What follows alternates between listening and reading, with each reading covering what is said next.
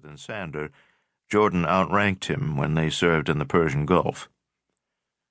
"Well," Sandor said, "maybe peace and quiet are overrated." "Yeah, tranquility is a bitch," Peters said, then uttered a short laugh. "So, what about you? How do you like your new gig? What are you supposed to be, a reporter or something?" "I'm a journalist, if you don't mind." "Oh, yeah, a journalist. Beautiful. You talk about transition, man. I suppose you don't miss the good fight, huh?" Sandor faced forward again. He had an uneven nose, earned in too many close-order scuffles, and a jaw etched in a strong, firm line. His complexion was tanned and a bit weathered for a man not yet 40. His hair was brown and cut just long enough to allow him to run his fingers through the waves, front to back, which he habitually did when he took time to consider a question or reflect on something that troubled him. He was doing that now, his dark, intense eyes visualizing something beyond his actual line of sight.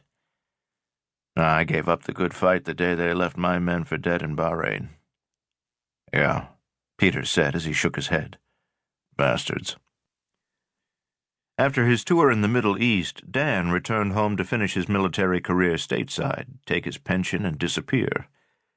Jordan remained abroad, working on special assignments until an undercover team he was assigned to in Manama was betrayed. It had been more than a year since that incident in Bahrain. The day after they pulled him out and left the others behind to die, Sandor submitted his resignation from government service. "Not everyone comes home." Jordan nodded. "Strange how things never work out the way you figure." Jordan let that go, too. "So what about this Ryan guy we're going to see?" "What about him?" "What does he think of the quiet life now that he's back?" "Well, you're the journalist. You ask him." "I will," Sandor said. Peters rolled down his window, letting a cold breeze whip through the car. "If this guy was really a mercenary," Jordan said, "he's got some explaining to do before I'll believe a thing he tells me."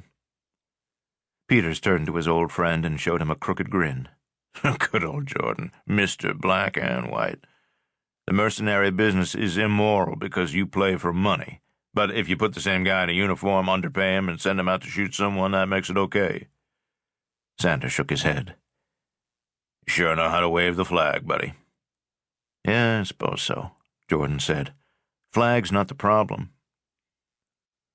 Morning sunlight sparkled on the trees, an October's spectacle of colors lining the road as they continued on Route 32 toward Jimmy Ryan's house. "Close your window, will you, Dan?" Peters chuckled as he put it up halfway. He was a burly man with wide shoulders and thick arms. "Blood a little thin these days, Sandor. Winter's coming, you know. Time to bulk up." He patted his ample stomach, evidence that he no longer bothered with the physique he had maintained while he was in military service. Sandor, who was still trim and fit, eyed his friend's gut. "If it's all the same to you, I'll pass on the donuts and put on my jacket instead." He grabbed his sport coat from the back seat, pulled it on, and rubbed his hands together. "So how well do you really know him?" "Jimmy? Oh, I told you. I only met him last month when he first got back from Europe." "I thought you said he was in North Africa." "He was. Spent some time in France, too, before he came back to the States." "Uh-huh. And how did he find his way to you?" "I met him in a bar." "Picking up guys in bars, Danny?" "Very cute." "You still a Budweiser man?" "Loyal to the end." "You still going steady with Jack Daniels?" "Ever faithful." Danny laughed. "You think he was looking for you, or was it just a coincidence?" "Looking for me? Oh, I don't think so. We were watching a ball game, talking shit, found out we were both in the Army, started gabbing about it. Save the third degree for him, will you? We'll be there in 10 minutes. "Just curious. Occupational hazard." "I see. New occupation, new hazards. I think I liked you better in the desert."